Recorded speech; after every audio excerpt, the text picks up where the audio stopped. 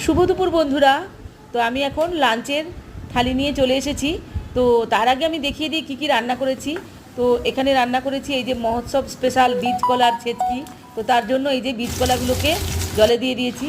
তো ওটা হয়ে গেছে আমার। এখন আমি মাছ ভেজে মাছের ঝাল করে নিয়েছি। তারপর আমি এখন একটা ভাজা মাছকে পেঁয়াজ শুকনো লঙ্কা দিয়ে ভালো করে মেখে নিচ্ছি, একদম সুন্দর করে সর্ষের তেল একটু ছড়িয়ে দিয়েছি মাখার মধ্যে।